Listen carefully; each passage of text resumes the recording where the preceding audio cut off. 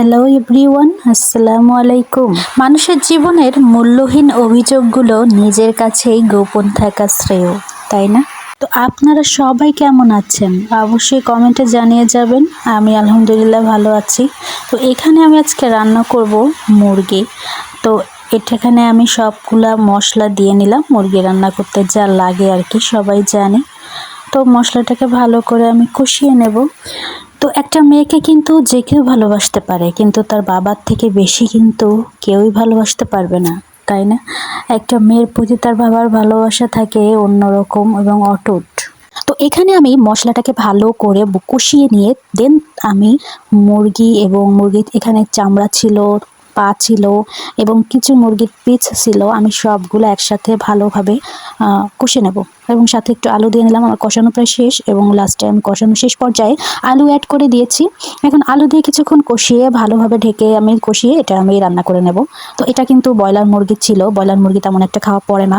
তো ব্রয়লার মুরগি আনা হয় হচ্ছে ফ্রাই করে খাওয়ার জন্য বা নুডলসে দিয়ে খাওয়ার জন্য। আমি নর্মালি ব্রয়লার মুরগিটা কিনি। তো এই যে পা পাখনা এগুলো তো থেকে যায়, এগুলো কিন্তু খেতে অনেক ভালো লাগে, সে যে মুরগিরই হোক না কেন। তো এগুলো খাওয়ার জন্য আলাদাভাবে এক্সট্রাভাবে আর কি রান্না করলাম। তো আমি লাস্ট মুহূর্তে মনে ছিল না আমার ফার্স্টে গরম মশলা দিতে, শেষে আমি গরম মশলা দিয়ে নিলাম। আর আমার সেকেন্ড রেসিপি ছিল আমার শুক্রবারের রেসিপি এগুলা। এটা ছিল হচ্ছে পুঁই শাক। তো পুঁই শাক রান্না করার জন্য ঝাল আর পেঁয়াজ একসাথে ভেজে তার ভিতরে চিংড়ি মাছ দিয়ে দিলাম। আমি যে কোনো শাক বা ভাজি বলতে চিংড়ি মাছ ব্যবহার করি, চিংড়ি মাছ ছাড়া আমার কাছে ভালো লাগে না। আর এখানে আমি সবগুলা ভালোভাবে ভেজে নিয়ে এর ভিতরেই শাক দিয়ে দিলাম। আমি পুঁই শাক রান্না করব, পুঁই শাকে কোনো ধরনের মশলা ব্যবহার করব না। তো এখানে আমি একটু রসুন বাটা দিয়েছিলাম সামান্য পরিমাণে, কারণ রসুনটা আমার কুচি করে নিতে মনে ছিল না, সেক্ষেত্রে আমি বাটাটা ব্যবহার করলাম। আগে জানতাম না জীবন মানে কি, এখন মনে হয় জীবন মানে যুদ্ধ, কখনো নফসের সাথে, কখনো শয়তানের সাথে, কখনো ক্লান্ত মস্তিষ্ক কিংবা শরীরের সাথে, আবার কখনো চেনা অচেনা মানুষের সাথে।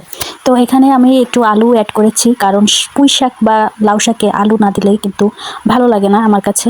তো এখানে আমার পুঁই শাকটা অনেক কচি ছিল, এই কারণে আমি ডাঁটা আলু একসাথেই সব দিয়ে নিলাম। দেখেন কত সুন্দরভাবে গলে গিয়েছে ডাঁটা পুঁই শাক আলু সব একসাথে। আমি এটা কিছুক্ষণ কষিয়ে নিয়ে এখন আমি ঝোলের পানি দেবো, যাতে আর একটু সেদ্ধ হয়, সুন্দরভাবে বয়েল হয়ে আসে, আর তারপরে আমি রান্না উঠিয়ে নেব।